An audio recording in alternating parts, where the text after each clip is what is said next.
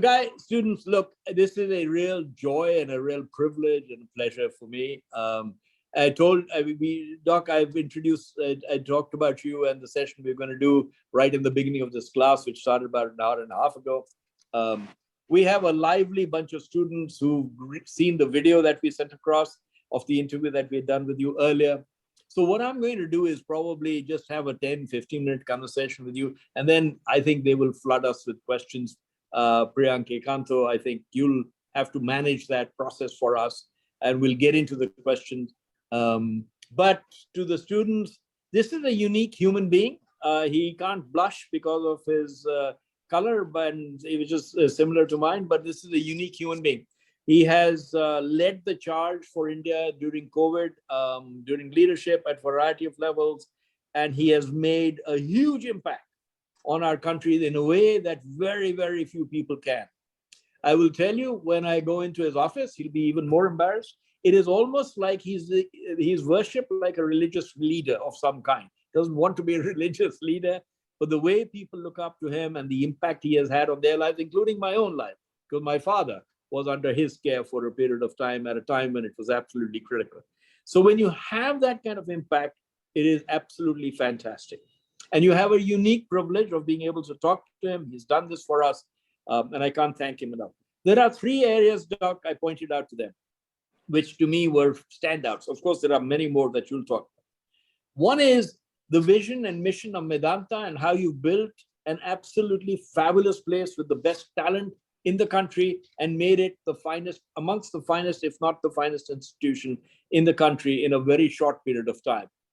In what is a hugely complex and in industry and a hugely complex place, because it is so difficult to run a hospital. It's so far beyond anything we do in our company.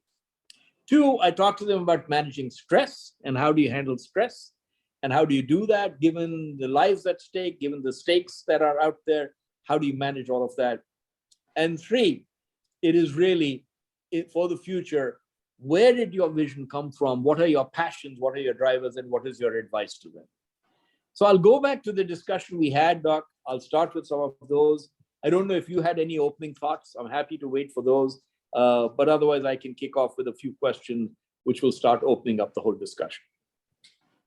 So my opening remark to you is, thank you for that lengthy, extra lengthy introduction. You should have just said, he's a decent guy, listen to him, that's all. Right? Because your personal views are the students will decide what's the validity of that. But anyway, yeah, it's a privilege, and it's real. Gives me great joy to be, because that's part of my DNA is to interact with young people, especially professionals like you guys who are going to be the future of India. So that's important.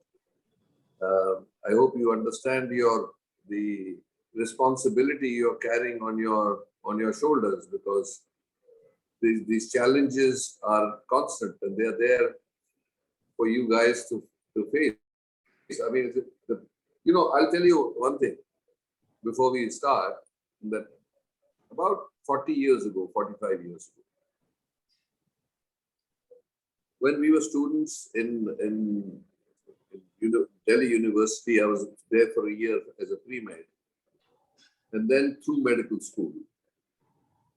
There was this whole consciousness that we had about our environment and the disparity that India sees in its layers of economic status. And at that time, we felt that unless we correct it, India will see a revolution one day. And now it's 40 years, maybe even longer, that it is still my feeling that that journey has not been really covered at all. Or you mean, I don't see that disparity between livelihood, living standards, misery at the bottom of the pyramid has not really gone. And on top of that, many new things have been added. we won't have a political discussion on that, but the point basically is I just want to stress on you guys that we may have moved the needle from then to now to some degree, but not like the journey is complete. So now the whole thing is that giving that background, I'm privileged to be able to share the thoughts with you of how my journey has been and whatever it's worth, please take it from there. So Wonderful.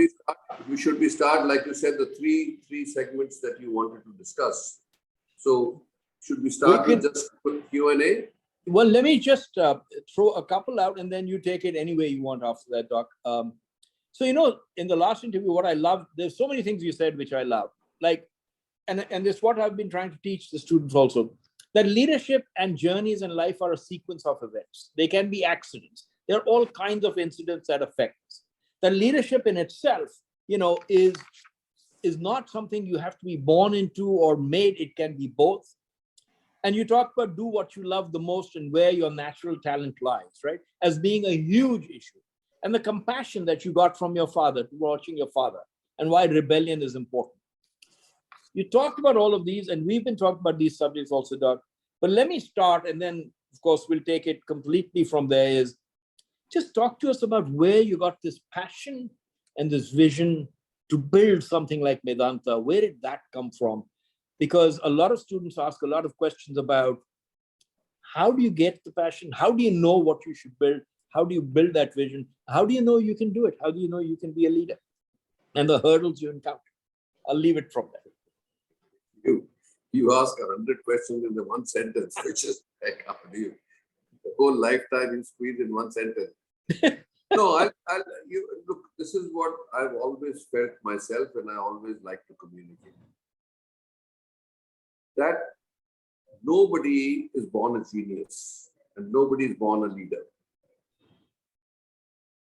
The basic thing is that there are inputs that come to you all the time from the time you're born to as life rolls on. There are inputs, there are sequence of events which actually contribute to your ultimate character and what your thought process will be. So in my particular case, and I don't know how many of you are in that state actually in relationship to where my time period was, the basic thing is that what I described, that we were born at a time when the platform of the country, the platform of our families was as close to the ground as you can be, because it was zero. So with my age, I can talk about the early days of India, the early days of my family, and what I experienced. So there are two things that are important here. One is, what influence did it have on your nascent mind to say where are you? And as you move forward, how those things affect you in your value system, in your behavior pattern, in your thought process, and ultimately your ambition of life also. So for me, it was like we had a low platform, but today there is no comparison to that, because most of the students who are at Ashoka, most of them, I hope there's a whole complement of people who don't have such a high platform to start with, and that's the beauty of education today, that you have a much higher platform as far as the country is concerned, the systems that are in place, and also the fact that you can look much ahead of yourself than we could when we were young. So like that old adage of I can see so far because of giants before me, I stand on the shoulders of giants before me. It's true. It's true. So you have, as students today, and the future of the country and wherever you are, it doesn't matter, of your own careers, your own family, and even the country, you have a different responsibility today because you have that advantage of starting from a certain point. And I think the success of an individual should only be measured from the starting point of your life to where you end up and what you were able to accomplish or do, or how much distance you carried, and in what way. So is it the value system in you? And that's the beauty of it, that at our stage, when you are a student, at your stage, I should say, that none of the material things matter so much. None of the fancy things matter so much, because you're all equal, and you are equal in a way of your experiences, your relationship with each other. It is not tainted with many other factors, which as you go on in life, it naturally becomes that way. So if you talk about, if I just come back to myself, that my parents were both doctors. My father was an ENT, my mother was a gynecologist, obstetrician. And my earliest memories are when I was 4 years old. Because my family had been displaced from Pakistan, we were in a 3-bedroom flat in Connaught Place, which was given to them as compensation for what we lost. And my parents were practicing in one room each, and we used to live in the third room. So it was a very close encounter, and that I'm sure, because my father and mother also came at a time when the partition took place, that not many people had money. Especially Delhi was one of the centers where a lot of people migrated from Pakistan. And so I could see that what my father's behavior and my mother's behavior towards these patients was that it didn't matter whether they had money or not. It didn't matter how much they had. So they were treated the same, and then whoever gave. But what was the touching point was, the 2 incidents I'll tell you, is one of the guys who my father did an operation on.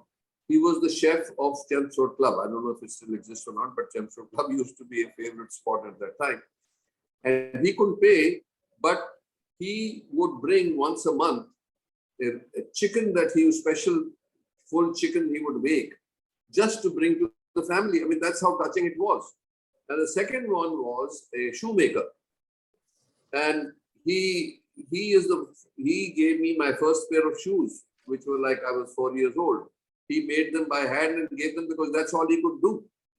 So, these things don't leave you. So what I would like to translate to you also is that there may be many incidents in your life which you should cherish, which don't forget. Because there are millions of things that I don't remember at all. But the fact that these 2 things touched me even now stays with you, and that's my attitude towards people also, because it always reminds me of what people did and how they behaved and how dignified they were at that time in their dealings. So the second thing is that my father always said, I think I may have said all these things on that video, so I don't want to repeat myself. No, please do. I have other questions for you, but please do, please. So the other thing was, in those days, my father, because he was just trying to make his practice, and so was my mother, they didn't have any time for us kids. So we grew up on our own. And what had happened was that they felt a great sense of guilt that they couldn't spend any time with us. So they both advised me, don't become a doctor. So in those days, I mean, by nature or by environment, I don't know, that's probably my own nature. Whatever they told you to do, you wanted to do the opposite. So that's what I did. And I'm sure that influenced their experience with the patient that I was watching. It did influence me, I'm sure. So that's all retrospect. So then I decided that I'm going to be, when I actually went to medical school and was graduating, my father wanted me to become an ENT surgeon, because in his thought process, he had such a massive practice that he thought I could step into his shoes. And that was the second rebellion. I said, no way. And I went the other extreme, became a heart surgeon. So anyway, so how I became a heart surgeon, I mean, these are the 1 or 2 things. And I was always of the belief that that one should be in the first or the bottom of the first 10% of the class. Never try to run the mile fast at that stage. This is like you see a sprinter. A sprinter always will pace themselves out if you start becoming a genius at your work from kindergarten, you'd be bloody so tired of, exhausted by the time you finish your college, you'd probably go astray. But if you preserve your energy and your ability to run the race faster at the end, the last lap or the second, you pace yourself out. So I never believed that, look, fortunately, I went to a school, which was modern school in Delhi, Barakamba. There was like 80 acres or something like that. And there were only 400 students. So we were, half the day was academics and half the day was co-curricular activities, sports and hobbies. So that made a whole complete person out of you. It was just not a rote. And it was competitive, but you didn't have to go top of the class. You could be like the top third of the class, which is what the endeavor was. But fortunately, then I got into medical college, but at the experience in the medical college, which was one of the finest King George's Medical College in Lucknow at that time, that there was an experience. I don't know if I told you about that, the 4-hour duty in that. Did I tell you about the 4-hour duty to have its final year students? No. That we had a 4-hour duty by the bedside of a patient who had closure of their mitral valve, which is one of the valves inside the heart. And with that, the blood backs up into the lungs, into the liver, and then actually becomes like a fluid accumulation in the belly, what we call ascites. And our job was, for those 4 hours, that there was a catheter in the belly where the fluid had accumulated, and the other end was into the vein. And our job, we had a little hand pump in our palm, and we used to rotate it, so that just to pump the fluid back into the heart, and then it would go out of the other end back into the belly. So this is all we were doing. We knew the patient was going to die, and the fact is that we knew what the disease was, but we had no treatment for it in India. So that became a very frustrating and demeaning exercise for me to say, what kind of doctors are we? We're just pumping this fluid back only for it to escape back into the belly, and the patient will die anyway. Why can't we do something to help? And that's when, we used to read the journals and stuff like that to say it was very clear that this treatment for heart surgery was beginning in the US at that time. So I decided then that might as well, rather than being a doctor, mediocre doctor like they would make us like this, and go learn the skill and come back. That was the original thought. Okay. So that's how I went straight to the US after I finished my school, and then got my first job in a place called Philadelphia. Philadelphia was the Thomas Jefferson University, was one of where the heart-lung machine was actually invented. The oxygenation was, so that's how I chose that, and I got in, fortunately. So I was there and I saw the drama of heart surgery, where the surgeons would operate tirelessly for 7-8 hours. And if the 50% of the patients would survive, 50% wouldn't. And if the patient survived, the whole hospital stood up and clapped that there was a success today.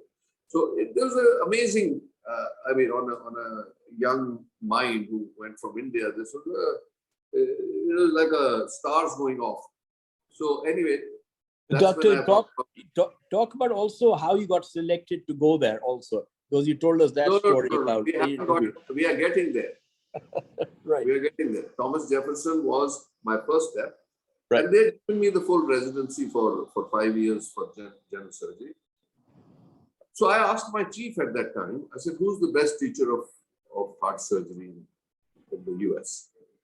And promptly it came out, he says, Frank Spencer in New York University. But why do you ask? Because he has a 5-year waiting list and he doesn't speak to foreigners. So this is a very significant sentence that he said, which actually pierced through my head and says, look, what kind of person is this? But anyway, I went home and I wrote a letter to them, basically describing that I traveled from India with this background, wanted to get trained and wanted to go back to India and serve my people, that the usual that everybody writes. And then at the end, I said, but it's a pity that I'll never see that because I'm told you have a 5-year waiting list and you don't, more importantly, you don't speak to foreigners. In other words, in whatever I said meant that you are a bigot. And that must have hurt him or whatever, because I've never gotten such a prompt reply. So the prompt reply, that's not true. I don't know who told you all these things. You're most welcome. We have one position. There are 32 residents who are going to start. There is 31 are already taken from NYU and Harvard because we have an arrangement with them. But one is open. You're welcome to come and appear for that interview. So I trotted off, and then I want to just tell you how fortune comes. If the chief of surgery at Jefferson had not said to me that he doesn't speak to foreigners, I would not have written that letter to him. I would just accepted that there's a 5-year waiting list. Second, when I went there for my interview, 300 people had already applied for that job. I mean, and I think they're called 150 or something for interview. So the person who's the director of the general surgery program, Spencer was the chair, this guy was the director. I got him as my interviewer. And he asked me, and he just asked me a question off the bat. Anything special that you are interested in surgery? And I just immediately shot off that, there is diverticulitis. He says, why? Because I said, because when I was in India, I have never seen a case of diverticulitis. On the surgical service, at Jefferson, 30% of the patients have got diverticulitis and they're coming for surgery for that. So to me, it was a curiosity and an extreme contrast. So he says, so what do you know about it? And I had read the full monograph on it just out of curiosity. So I regurgitated the whole damn thing on him. And he says, well, this is my subject, he said, because I operate on them all day. But you have told me more about the disease than I know. Because I had done the molecular stuff from the very beginning. I read the 200-page monograph I read on that. So he then said, okay, you must meet Dr. Spencer. And by the way, I used to have my hair down to my shoulder. I had a bucket handle mustache, and but never wore a suit or tie.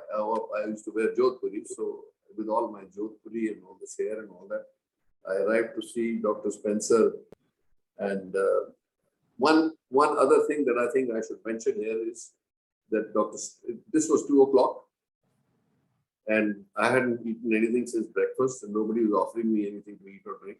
But they put me in front of Spencer's secretary, and Dr. Stall said to Honey was her name, that, bring Dr. Trehan at 4 o'clock to meet Dr. Spencer at the Morbidity and Mortality Conference. Okay, so I'm sitting across her, that silence. And she had a habit of stress busting with bubble wraps, by popping the bubble wrap. And in those days, the bubble wrap was very thick and used to make a deafening noise every time you popped it. And here I'm sitting hungry, wondering whether I'll get the job or not. And here she's irritating the hell out of me. But fortunately, after a while, and I didn't want to vacate my chair because in case somebody else comes in my chair. So I didn't even go drink water or go to the loo or anything. I just sat there determined that I was going to be the only one going to see Dr. Spencer. So then fortunately, after about half an hour, she plucked up some courage and asked me whether I was a Maharaja, because she was looking at me wondering what kind of animal is this with hair down to here who wants to be a heart surgeon.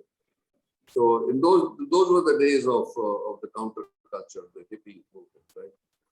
So anyway, I told her, I said, no, I'm not a Maharaja, but I'm the doorman of a Maharaja. So we laughed, and that's how we got a little friendly.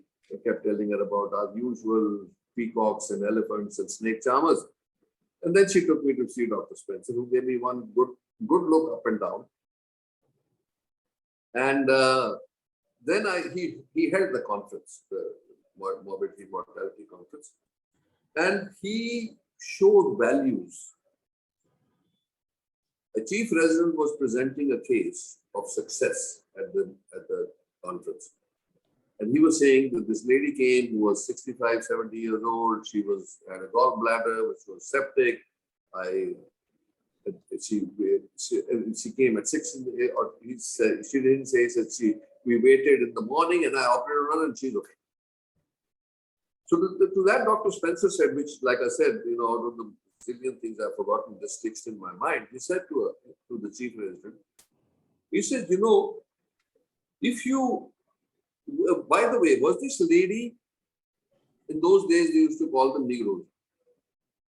Say, was she Negro? He says, yes, sir. He said, if it was your grandmother, would she lie in the hall for 12 hours before you operated on her? So he just went wild on him that because she was African, that you actually abused her. And nobody in those days cared about these things. So it left that huge impression on my mind that this is the guy. So I got obsessed that this is the guy I want to train with because he has the right, reputation. He is one of the first 3 people who started coronary bypass surgery in the world, and he cares for it. So it just fit into the whole thing. Absolutely. So I went back, and every morning I would call Honey at 9 o'clock because she used to come into the office, and I said, Honey, where am I? Am I getting the job because of all these 150? Yeah, you're in the 150, now it's 75. And then finally, after 5-6 days, she says, Dr. Spencer signed your contract last night. You have 5 days to return it, otherwise I have to go to the next guy. So I was living in Philadelphia, and I said, how do you trust the US mail to bring it to you both ways in 5 days? So I said, honey, don't touch it. I'm just coming. So I told my boss, I said, I need to go to Philadelphia. And I went, signed on her desk itself. And then I was relieved that I got the job. So that's how I got the job. And this is the sequence of events. Like I said, there was no other way of knowing it. But then I landed up at the best place in the world. So that's okay. Wonderful, Doc. Wonderful, wonderful, wonderful. Now, we've covered some of this in the video, and there's a whole host of questions that are coming up. Ekanto, if we can get people to open answers, if you won't mind, Doc, we'll open it up to the students now to ask questions because they've gone through some of this.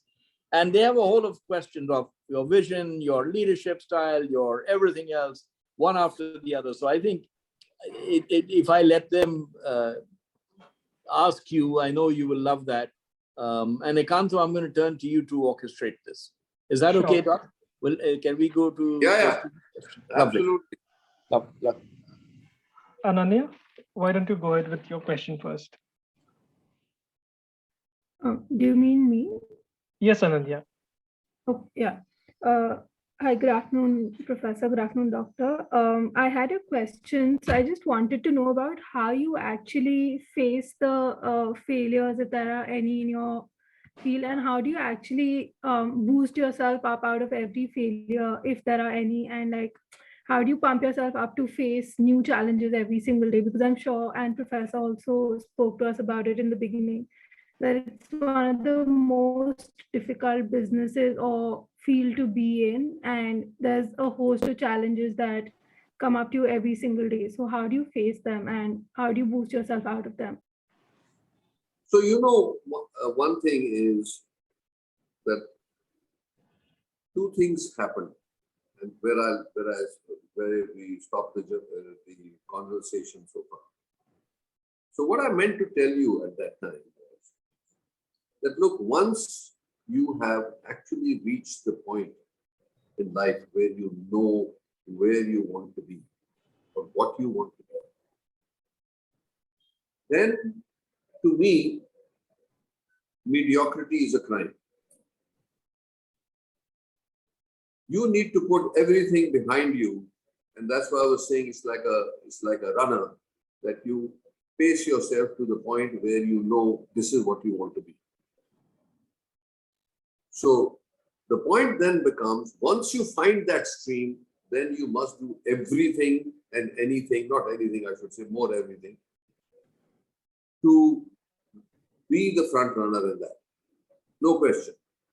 Then you don't accept mediocrity. You don't accept anybody ahead of you. So if with that passion you shall pursue what you really want to be, that's the best chance you have of reaching where ultimately one should reach. So the fact that you are at Ashoka itself tells you that you have the ingredients in you. The point is, once you decided and you have become so accomplished and so rounded in where you reach, so whatever profession you may be, that's where your character will count. So when you have, so supposing I wanted to be a heart surgeon, the attributes of a heart surgeon would be, one, that you could have the untiring stamina, because there is no such thing. I have operated for 72 hours at a time because of sequence of patients coming in a gun shootout in New York. But I only collapsed after I finished my last operation. That's when I hit bed. So you need that. I knew that. That it's a very grueling profession. It's a very grueling training period. It's like Blue Seals. If you're not ready for it, you shouldn't get into it. Second is the fact that you must feel that you have the dexterity and the grit to take it, because it's life and death. So coming back to your question, how do you handle the stress?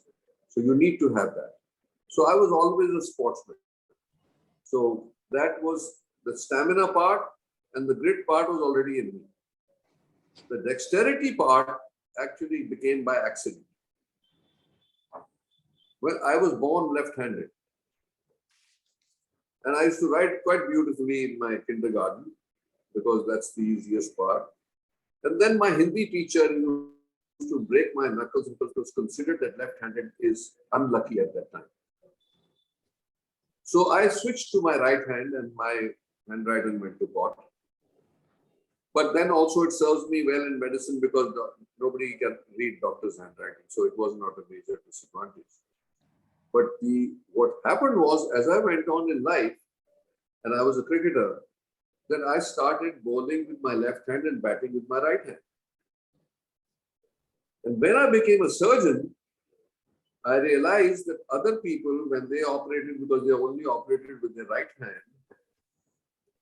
that they would have a major disadvantage when they were reverse stitching an organ. And I could just switch hands and keep going. So that's when somebody who I hated all my life for ruining my handwriting, that Hindi teacher, when I was visiting from US, I went and took him a big packet of gifts to thank him that he had actually contributed to my success. So, these are accidents that happen. And like I said, it's a series of them that actually make you what you do.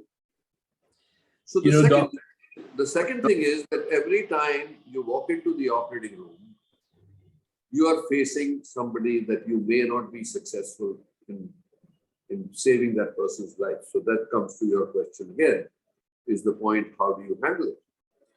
So the point is that if you do what you feel that you are the most, very competent to do, and you stick with that, and you go with the feeling that you're going to do the best in the world for that patient,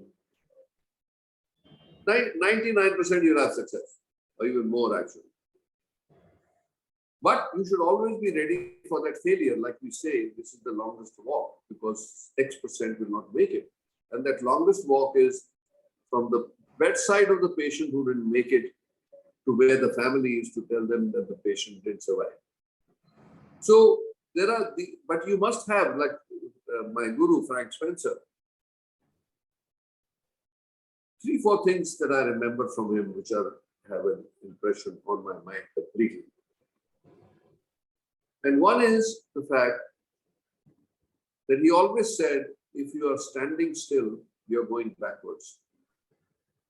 And if you are not better today than yesterday, then you wasted 24 hours. And it was so beautifully inculcated in us that we live. I still live by that, and I try to teach all my surgeons and cardiologists see that really it's a wasted life if you become comfortable in what you do. But these are not everybody should be like that, because then some people feel miserable trying to stay ahead. So I think that so then what it translates to is the fact, like the other thing Spencer used to say, that if you can't stand the heat, do not go into the kitchen. Means that if you are not, if character-wise you cannot take that that whole pressure. Oops, have we lost him again? Yes, we have. I will move on to more questions. Would love more questions. Yeah, Doctor. we have a couple of them. Good, good, good. I hope we have many more than a couple. Yes, Okay. we have a lot Just many. keep going in and out. Okay, anyway. So now the question is that you want to be, at least aspire to be, the front runner, so that you are the best in what you do. Now, like I said, if it doesn't suit your character, then maybe you're very comfortable doing what you're doing. That's nothing. No, that's not. I mean, like I said, mediocrity is a crime. But if you're doing what you're doing and you do it well, that's okay. But lack of effort to do that may not be forgiven. Absolutely. So Absolutely. Okay, all right. So I'm ready for the next one. Ashish, why don't you go ahead? Yeah, good afternoon, Professor. Good afternoon, Doctor. So I have two main questions that I would like to ask you. The first one is that in the first video that was circulated, in the beginning, you had mentioned that you think management formulas don't work. So could you elaborate a little bit on that? And the second question is... Just repeat that question, somebody, because it got broke in the middle. My question was, why don't you think management formulas work? You had said, Doc, in your They earlier work. video. Why do I think they work? No. You had said in your video, Doc, that, leadership isn't driven by formula and lots of those things. Leadership is driven by who you are. Leadership is driven by many different things. So I think if you can just elaborate on your question, that would be good. Okay. All right. And the second question you had? Let me tell you, this is one of the things that I always react to. Is those books that come on your table from different authors saying, the formula of success. Everything has a formula, and how to be a successful leader, how to be a great administrator, all that crap. That's, to me, it's something you want to think about, okay, but it's not written in that you follow the book and you're ever going to be anything great in life, by the way. The attributes depends on what profession you're in. Okay. But there are some very common things that you have to have. And first of all is arrogance. I cannot quite understand why anybody gets arrogant in life. Why? I don't know. So, second, being disconnected. There was a story I was seeing on the crash of 2008, Lehman Brothers. The chairman then, I forgot his name, but he was talking about how he had a private elevator to the 34th floor office. And he never really saw anybody because, they were all supposed to do their job. I'm the king. Now, naturally, if you get to be that way, it doesn't usually succeed. You saw what happened to Lehman Brothers. So I'm saying that be a great listener if you want to be a leader. devoid of arrogance. Try to understand where somebody is coming from. That's the important thing, because we learn it in medicine. And I learned it actually again by accident, because one of the Gita gurus called me up and said, it is 51 years of Gita. And I want you to, there'll be 5,000 scholars in Red Fort. And I want you to give a 10-minute lecture on Gita and medicine. I never read the Gita. I mean, I could read through once in a while, but I've never read the Gita till that point, and neither did I read it fully then. But I did get some sense out of it, the relationship between Arjun and Krishna. And Arjun actually is the patient in there. Krishna is his doctor.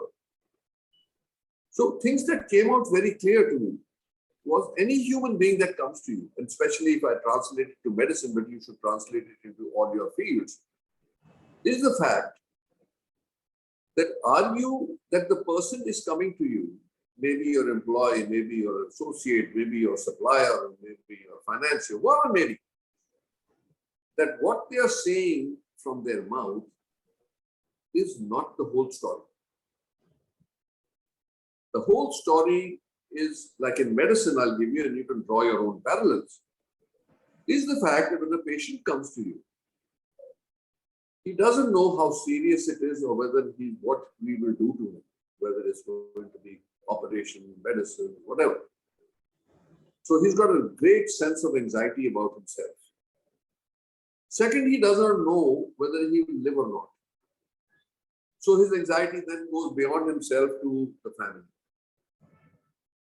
Third is to say, will I be able to work again or not work again?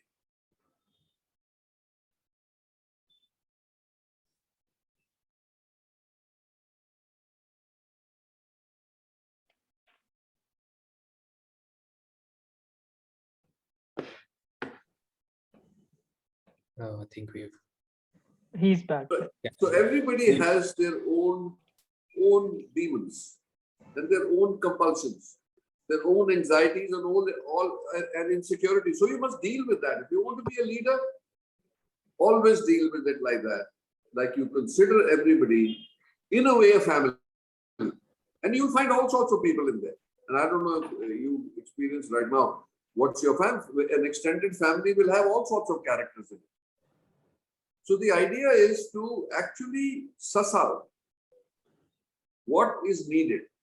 So there are some formulas that you will read in the book about, your inspirational lectures, your showing the green fields, and you're showing purpose of life. All that you don't need brains for. Right? So, but I'm saying that's not even 10% of the story of being a leader. Yes. The leader is your gut feel and your true feelings. If you are disconnected, if you are arrogant, and if you feel like everybody is inferior to you and they're trying to leech off you, don't forget, if you're running an organization, you're there because of them. Yeah, there will be some bad people, apples, whatever you may call them. You may get rid of them. That's fine. At some point, you'll have to be very clinical. But that is only when you reach there. You should not be clinical in your dealings. So, if your integrity is impeccable, if you are compassionate, and you have the ability to listen to people and feel their pain, I think that's where you become a great leader. That's huge, Doc. We've talked a lot about empathy, for instance, in this whole class, actually, as being a huge event. Ikanto, next question. Abhir, why don't you go ahead? Thank you. Sorry, I think I just had a power cut, but I hope you can hear me.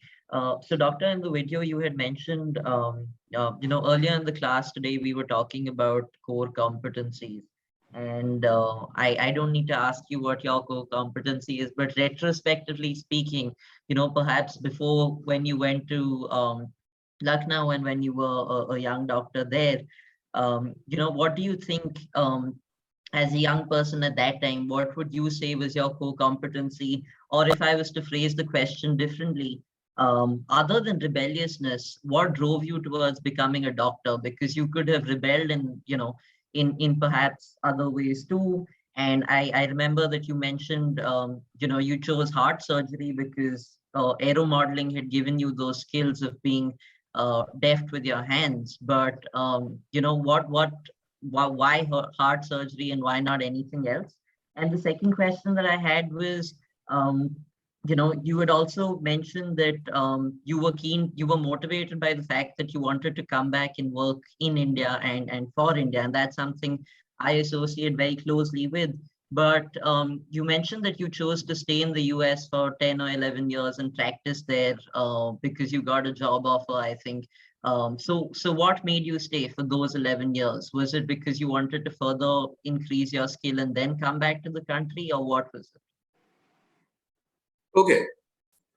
So one thing is, you talked about rebellion. Rebellion is against your parents in your childhood, not in all your life. So that's not your character for life.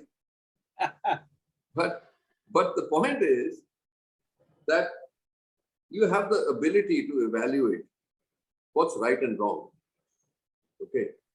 Now, like I said, I'm sure you guys are debating all the time what's going on around you, what's going on in the country, what's going on here, there, economically. All these things, these are live conversations I'm sure you're having all the time.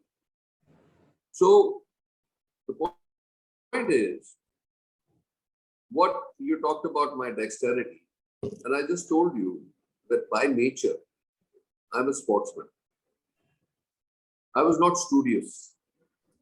So once you go into medicine and what specialty you want to use means, one, if you're the kind of person who likes to sit down at a desk, read for long periods of time, mull over, and the results you can wait for over a few days or weeks, then you want to become a physician. Brilliant, studious, patient, whereas my character was, I want the results now.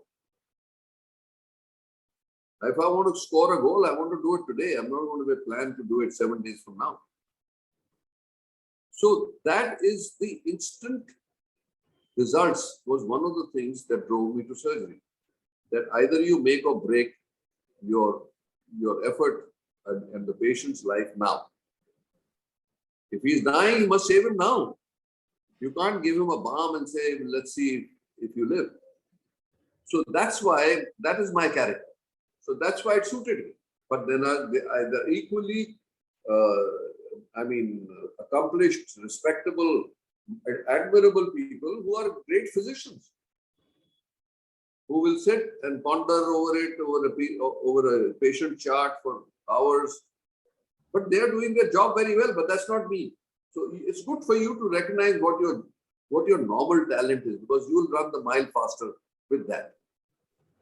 Other considerations. What are those? The considerations, financial becomes a major item in people's wanting to do something. Is to say, financially it will be very, very rewarding. But if it fits into your DNA, that's fine. If you're doing it because you want to play, I give you an example. Okay. What is the difference between a physician and a surgeon? And you ask my character. Okay. I could be you take a musician who learns how to play the violin, and over a period of time, you just play, and those people can be equally accomplished. That's not a point. But it's a very patient journey. To me, it's now that it is the activity starts now. It doesn't start like, from long periods. So it suited the surgical part. So that's one part. The second thing is, you asked about, The Why did second you- question, doctor, was about, what made you stay for an extra 10 or 11 Okay, years? yeah, good question. So when you finish your training, although you are accomplished, because in America they don't give you your boards till you're an accomplished surgeon and they've tested you for it. Over here, unfortunately, and even in UK, you can become just on the theoretical part of it. You pass an exam from that. Over there, it doesn't happen like that. So, although I was accomplished as a heart surgeon, but was I matured as a heart surgeon at the end of my training? Of course not. So you had to, and I recommend this to everybody, including people, if you're a lawyer or an engineer or whatever, that do spend 2, 3, 4 years in the US after you've finished your studies, because there is a lot more to learn in the ecosystem than just the books or the practice in the hospital. Okay. Secondly, I think I mentioned that hundreds of people used to come to New York for me to operate on them, which only hit on my head again that there was need here. Then I started my search of return in 1980. I finished my training in 77. And the whole thing was that it was no point in my coming to India just as a surgeon. Because if the ecosystem did not exist, alone as a surgeon, all you would do is you say, I did my job very well, but the nurses killed the patient. So this is the normal thing that doctors do to deflect the blame, because you can't say I did my job, but if the patient didn't survive, that's, to me, is anathema. So I knew that it had to be a full institute that we needed. And if you look at it in America, most heart institutes, or actually all of them, are part of a bigger hospital. So you take the famous ones, even NYU was part of the NYU University Hospital. So Texas Heart Institute is in Methodist Hospital. That's how it is. But in India, I searched up and down, could not find a suitable hospital because they're all in the Middle Ages to be able to support something like this. So I decided. Oops, he's gone again. He'll be back. We'll move on the questions faster, I think, in future. And, please feel free to ask him about leadership styles, dealing with stress. All of Okay. So I studied that they did not succeed in India, not because they were not brighter than me or less accomplished than me, but they failed in India because their life depended on somebody above them who had no knowledge or appreciation of what they were doing. And in fact, there was jealousy. Okay. So the point is that jealousy killed the whole opportunity for somebody to come back and do great things for India. So I decided that I was going to build my own destiny without somebody above me who had no clue of what the new generation of heart surgery is. And even that had never been done before, right, Doc? You were Right. pursuing. This is what I'm saying. So we took the longer route. And if I tell you, I don't know if I told you the story of what it took to make Ascot's Heart Institute, that whole journey. That, I don't know how much time we have, but. Well, we have a whole bunch of questions. So, Yeah, no, okay. so maybe, in bits and pieces, because it was quite a thing how it happened. That, I don't know if I've said anything about it in the tape, about my being invited by Mrs. Gandhi or asked to come and operate on her associate. I don't know. Was it in the interview? No, it wasn't. I don't think so. If we have how many? We have a lot of questions. So I'm just conscious of that also, Doc. No, I just want to relate to them what it takes. Please. You want to be a leader, you also want to know the pitfalls. So talking about challenges, So in 19, so I'm trying from 1980, trying to find a place, can't find a land, can't find any place to build something in Delhi because that's where I wanted to come. And one day I got a call in New York from the Foreign Secretary of India to say, pack your bags, we are going to Delhi. He was at the UN session so I said, what happened? He said, you have to operate on Mrs. Gandhi's very close associate. He needs a bypass. So I said, where can you do bypass in India? There's no place. He said, well, we'll have to do whatever we do. All India Institute you're a state guest. So All India Institute will be at your disposal. Then maybe you can do something. Okay. So we get onto the plane, we arrive here. So since I'm a state guest, there is a whole entourage of vehicles, police in front of me, behind me, with sirens blaring to Pant Hospital, which is in Delhi. And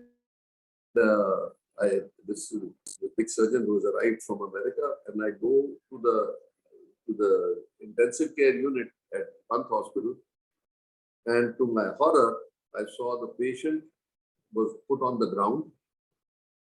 He was being given Ganga Jal as last rites. His wife was reading the Hanuman Chalisa, and they were putting tulsi in his mouth. Now just look at the predicament that I'm in, having arrived from there with all these great hopes, and the patient is dead. So I asked the director over there, cardiologist, you were Dr. Trehan, I said, do you have a pacemaker? Because I knelt down, I felt this man's pulse. It was like very thready. His pressure was 50, 60. His heartbeat was 40. So he, as a sheer desperation that they had to do something, he got the wire, I put it in blindly, and it captured, which is usually doesn't, because you have to do it under fluoroscopy, but I have to do it blindly. And that's where luck counted. I yanked up his heart rate to 90, and his pressure started coming up, and he woke up. And he started waking up, and they started looking for the tulsi to put out because they're already given him the last rites. So this whole drama was kind of, it sounds funny today, but at that time I was like sweating like crazy to say, what's going to happen. So anyway, we did an echo and found that his heart function was only 20%. So I said to Mrs. Gandhi, I didn't speak to Mrs. Gandhi, the foreign secretary. I said, listen, he cannot be operated on here because there's no facility and his chances of survival are only 10-20%. So they said, what do you have to do? I said, we take him to New York, I'll operate on there.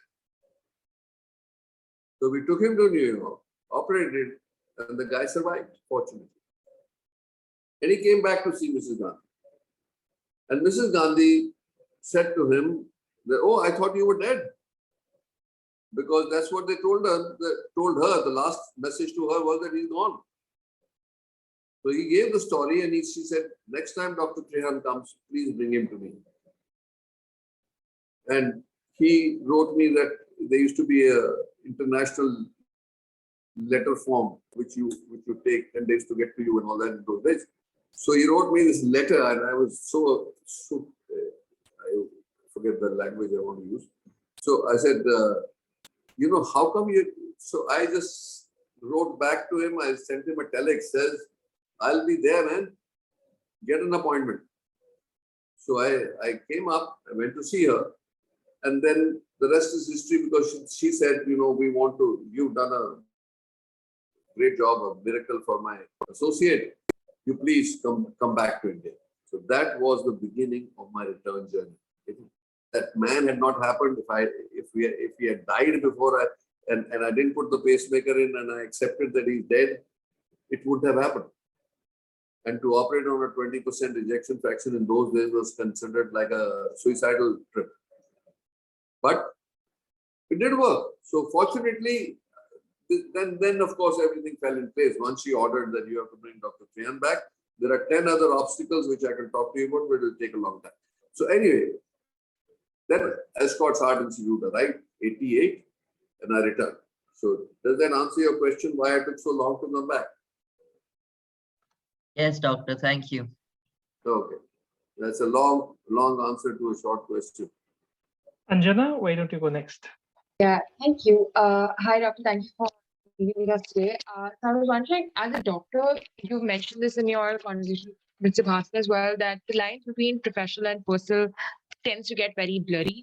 So I was wondering, how do you navigate that, and what advice would you give about it to people who are just starting their careers on how to navigate the personal and professional world?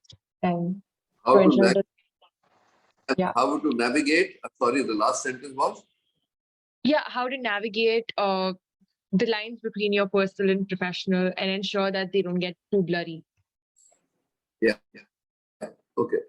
So, if you look at a doctor's life, then you can translate it to whatever you're going to be.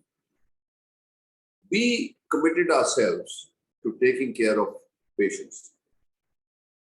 That means that what are the things that a patient needs, and that's where you are supposed to function in that four corners. So that means that, and it's not everybody practices that, but they should. That patient may need you 24 hours of the day. So you should be available. There's no such thing as I'm off on a weekend or it's night time, I don't want to be disturbed. Because if you don't want to be disturbed, there must be an alternately person who will get that call for you. And then possibly if you're needed, then wake you up. So there are ways and means of covering for that. So your commitment is 100%. Okay. Second thing is that you can ask me a question, if you were to do it all over again, what would you do? My only regret is that I did shortchange my family with time, nothing else, but time. That I did not have the time to spend with the family as much as I would like to have. In retrospect, at that time, I was so focused in climbing the mountain that you did compromise. So that's one thing that your question is very pertinent. But then there are some times that you want, if you are single and you are pursuing something with passion, it's easy. You are totally 100% consumed. The only thing that can distract you is your peripheral things that young people should do also, to party, to do whatever you want to do. But the point is, it should just be in proportion to what you want to be. So if you are, like I said, I'm presuming a lot from you guys because you're already at Ashoka, you're committed people, hopefully. And the point is that you have that still, that proportion or in your head. So what happens is that you can, the next stage of your life, maybe you have a family. Now, how do you deal with your family, and how do you do with extended family, children? So that is a tough wire act, and you have to balance because you'll pay a price for it if either way. So in my case, I was lucky. My wife, she's a professional also, but she took the responsibility of the family to actually give me support to be able to do what I was doing. And that's one way of doing it. The other way of doing it is to say you balance it in such a way that the family is taken care of and you do not. So you have to judge your own situation at that time. But I do agree that they should be balanced. But it depends on what profession you're in. If you want to be, there's no general formula for it. Heart surgeons are known to be crazy. And there is a point you had made earlier, doctor, which is also about, choosing your profession. Go into the kitchen if you can face the heat. And you have to choose your profession, what you want to do based on that as well. As a heart surgeon. I don't know if I told you the front runner story. I keep telling you guys, if you want to be the front runner. So there is an old story which goes that an white American was captured by American Indians. and they were going to put him in the boiling pot. He was their supper. So as they were going to put him in the pot, and this guy, obviously desperate, screamed. He says, "Chief." So the chief says, "Yes, what do you want?" So he says, "I want a chance. I want a chance that I will duel anybody you want me to duel with anything you want me to do. But if I win, you will let me go. If I lose, I will happily step into the pot." So the chief thought about it and said, "Okay, my warriors are the fastest runners. So we will give you 5 paces. And if they catch you, when you start running, and if they catch you, you're dead." You say, "Okay, yeah, thank you. You're very kind, very fair." So the story goes, he starts running, being chased by the warriors. He kept running, and he's still running, because he knows that if he stops to look back, he's dead. So many things you can say that if you don't want anybody to catch up with you, and this is maybe your obsession. I'm not recommending it to anybody, but that's me, because somebody sent me the story on my birthday. But then I'm not recommending that all of you become as crazy as I am. But there is a value to it. I mean, the craziness with which I actually practice my passion, I'm the happiest man. So my friends are all golfing or holidaying or traveling or keep telling me how all these guys are my well-wishers and say, "Why can't you come with us here, there, everywhere? We're having a blast." But I don't feel it. I feel I'm having a blast here. Golf doesn't do anything for me. So I think that you have to follow part of it is all your own. Make your choices. Make your own head. So, I'll tell you, you must follow, except for when it falls off the cliff. So, like I say, you're talking about students. They're at a stage where physically they are indestructible because you're at 18, 19, 20, 21 years of age. But the only thing that can destroy you is excess. And that excess is what can derail somebody. And I always say, anything in proportion is okay, except drugs. I mean, the hard drugs, right? So then, I mean, if you're having a few drinks or you're binging on the weekend, or, as long as it doesn't affect your studies or your whatever you want to be, as long as there are many, many things. I mean, those are all traps of life, and we've lived it all. Not the drugs, but everything else. So